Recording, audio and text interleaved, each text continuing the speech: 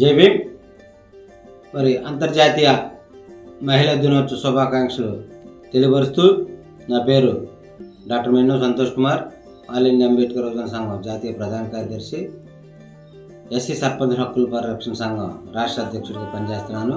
మరి నేడు మార్చి 8వ తారీఖున అంతర్జాతీయ మహిళా దినోత్సవం జరుపుకుంటున్నారు మహిళలందరూ.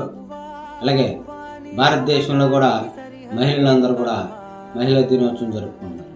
మరి ఆనాడు స్త్రీల కార్మికులు జరుగుతున్న అన్యాయంపై పోరాటం చేసి మరి 1970లో మార్చి 8వ తారీఖు నుంచి అంతర్జాతీయ స్థాయిలో మహిళా దినోత్సవం జరుపుకోవాలని ఐక్యరాజ్య సమితి తెలియజేయటం, అదే తారీఖు నుంచి మహిళలందరూ కూడా జరుగుతున్న అన్యాయం మీద ఆ రోజు పండగగా మరి ఆ అన్యాయాన్ని ఖండిస్తూ పండగగా చేసుకోవడం జరుగుతుంది.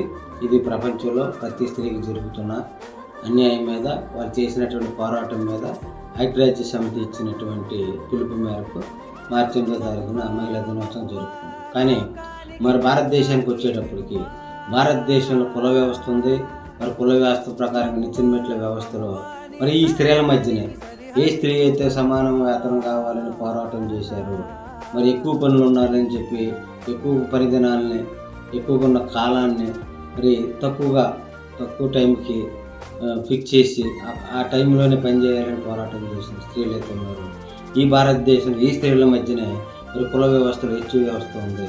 అది సనాతన ధర్మం అనే పేరుతో అది కొనసాగుతూనే ఉంది.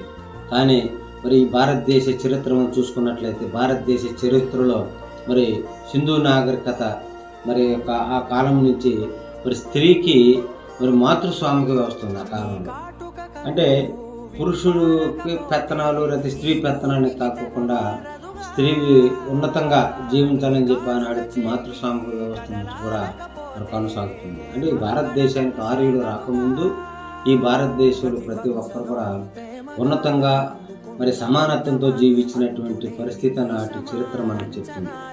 ఆర్యులు భారతదేశానికి వచ్చినప్పుడు నుంచి కూడా మరి మాతృస్వామిక వ్యవస్థ నుంచి పితృస్వామిక వ్యవస్థను తీసుకురావటం జరిగింది. పితృస్వామిక వ్యవస్థలో మరి స్త్రీని ఒక ఆట బొమ్మలాగా చూపించి పెళ్లి చేసుకుంటే కేవలం ఒక పడగతికి వంటగతికి పరిమితం చేసింది. ఇక్కడ గమనించవలసింది ఏంటంటే కులంతో సంబంధం లేకుండా స్త్రీలు, నేను గొప్ప కులం అని చెప్పుకుంటున్నటువంటి వర్ణ వ్యవస్థలో బ్రాహ్మణ క్షత్రియ వయసు లేని స్త్రీలైనా మరి శూద్రులుగా అంటే నేడు గొప్ప కులం అని చెప్పుకుంటున్నటువంటి మరి ఏ శూద్రులైనా సరే ఆనాటి స్త్రీలు కేవలం ఈ సనాతన ధర్మ ప్రకారం కేవలం ఈ యొక్క రెండింటికి పరిమితం. అంటే స్త్రీకి విద్య అభ్యసించకూడదని చెప్పి మరి చరిత్ర కొన్ని వందల సంవత్సరాల నుంచి కూడా చెప్తుంది. కానీ మరి భారతదేశంలో మరి సమతావాది గౌతమ బుద్ధుడు కానివ్వండి, మహాత్మా జ్యోతిరావు పూలే కానివ్వండి, సావిత్రిబాయి పూలే కానివ్వండి, వీరందరూ కూడా సమాజం కోసం మరి ఎస్పెషల్లీ స్త్రీ యొక్క విద్య కోసం పోరాటం చేశారు.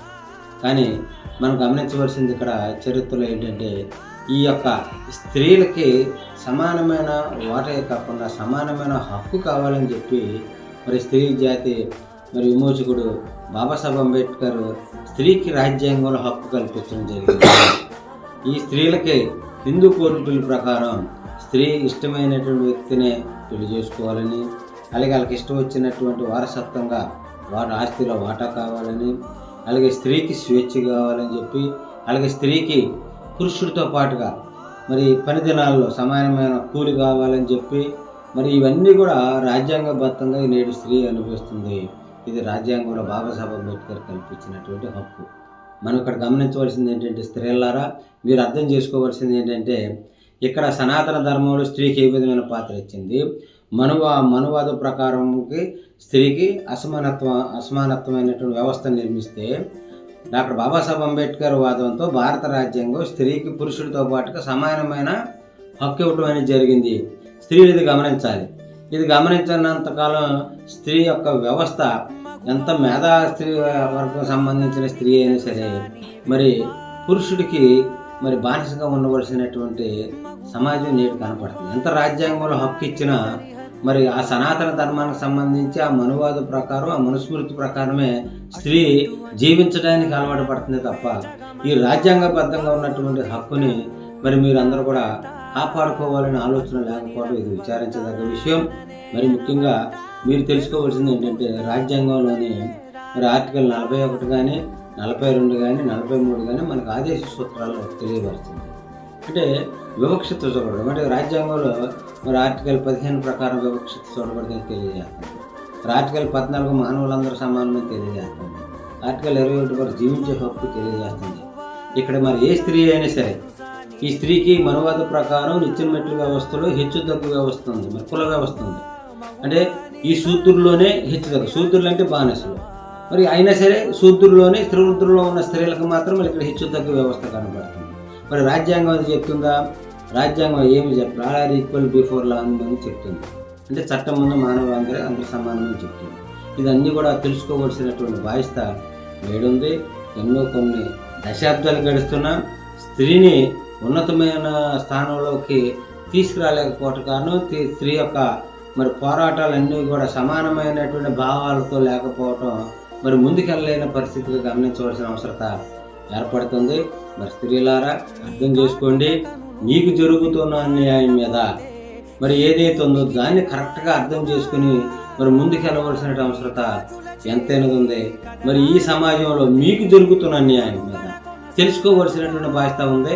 మరి దయచేసి మరి స్త్రీలందరూ కూడా మరి మార్చి 8వ తారీఖున పండగ చేసుకోవటమే కాదు, మహిళలందరూ మానవ హక్కులతోటి, రాజ్యాంగపు హక్కుతోటి మీకు జరుగుతున్న అన్యాయం మీద న్యాయమైన పోరాటం చేయడానికి మీరు అందరూ కూడా కంకణం కట్టుకొని మీకున్న హక్కుని మీరు కాలు రాసుకోకుండా కాపాడుకోవాలని ఈ సందర్భంగా మేము తెలియజేస్తున్నాము.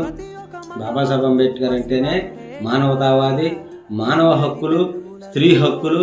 మరి ఈ దేశంలో కుల వ్యవస్థలో మరి డిస్క్రిమినేషన్ ఏదైతే వివక్షతో చూసినటువంటి వ్యవస్థ అయితే ఉందో ఈ వివక్ష స్త్రీలకు కూడా చెందింది. కాబట్టి స్త్రీ పురుషుడితో పాటుగా సమానమైన హోదా రావాలని చెప్పి పోరాటం చేసినటువంటి మహానుభావుడు, మానవతావాది, స్త్రీ జాతి ఉద్దండుడు బాబాసాహెబ్ అంబేద్కర్.